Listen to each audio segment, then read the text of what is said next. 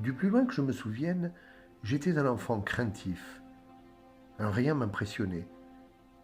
Tout petit déjà, j'avais dû m'habituer à vivre avec la peur au ventre.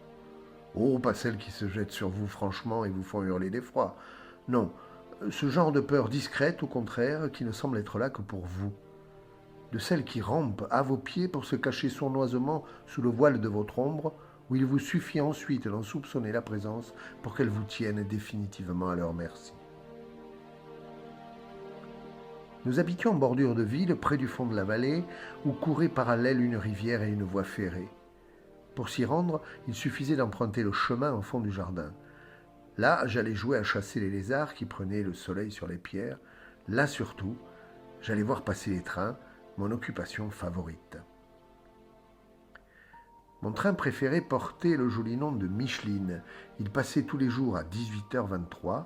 C'était un petit autorail rouge composé d'une motrice et de 3 wagons.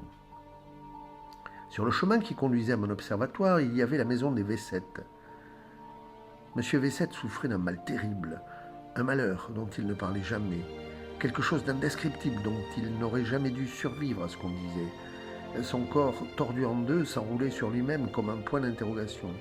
Ses vertèbres semblaient soudées les unes aux autres, depuis le crâne jusqu'au bassin, et son tronc était privé de tout mouvement. Seules ses jambes semblaient avoir été épargnées. Il se déplaçait, tout recroquevillé, les 2 mains appuyées sur une courte canne, elle aussi en point d'interrogation.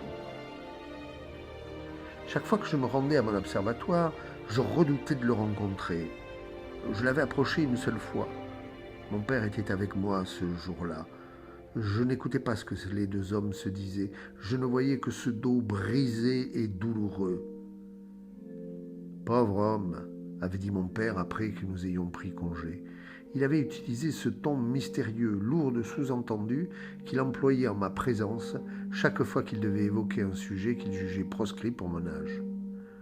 Pauvre homme, avais-je dit en écho, sans chercher à en savoir plus. Les enfants ne posaient pas de questions.